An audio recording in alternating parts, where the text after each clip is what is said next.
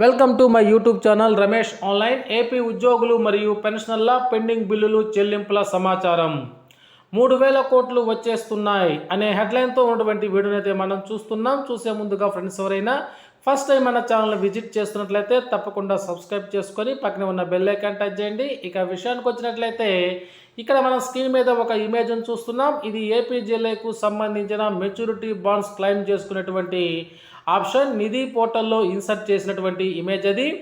ఎవరికైనా మెచ్యూరిటీ అయినట్లయితే వారు లాగిన్లో చేసుకొని తర్వాత డీడీఓ గారి చేత అప్రూవల్ చేసినట్లయితే అమౌంట్ అనేది మీ ఖాతాకు జమ అవుతుంది. అదేవిధంగా ఇక్కడ మరొక న్యూస్ను చూస్తున్నాం. The option will be conducted on the Reserve Bank of India core banking solution on April 23. April 23న రిజర్వ్ బ్యాంక్ ఆఫ్ ఇండియా నిర్వహించబోయే స్టేట్ గవర్నమెంట్ సెక్యూరిటీస్ వేలంలో 3,000 కోట్ల రూపాయలకు ఇండెంట్ పెట్టిన ఆంధ్రప్రదేశ్ ప్రభుత్వం.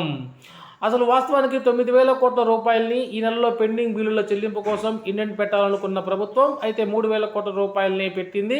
అయితే సిఎఫ్ఎంఎస్ డేటాలో ఉద్యోగి యొక్క పేరు, పుట్టిన తేదీ, ఉద్యోగంలో చేరిన తేదీ, ఇక ఏమైనా ఇతర అంశాలు కనుక కరెక్షన్ ఉన్నట్లయితే సిఎఫ్ఎంఎస్లో ఎస్ఆర్టీని పెట్టకూడదు.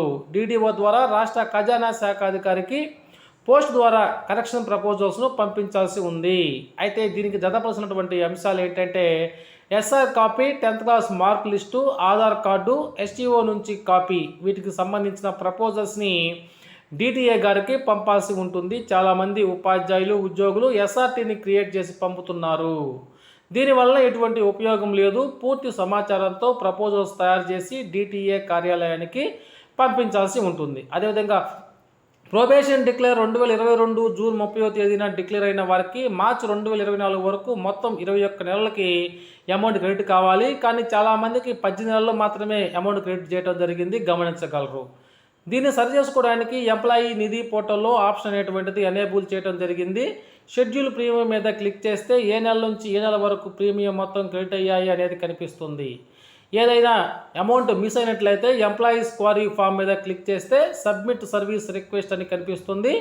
అందులో టైప్ ఆఫ్ ఇష్యూలో missing credits or policy, master data correction or others అనేటువంటి 3 ఆప్షన్స్ కనిపిస్తాయి. వాటిలో సరైన ఆప్షన్ని మనం సెలెక్ట్ చేసుకోవాల్సి ఉంటుంది.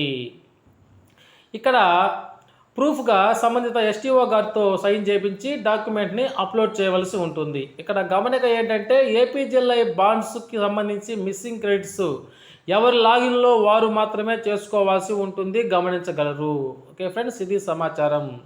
Okay, thank you for watching my videos.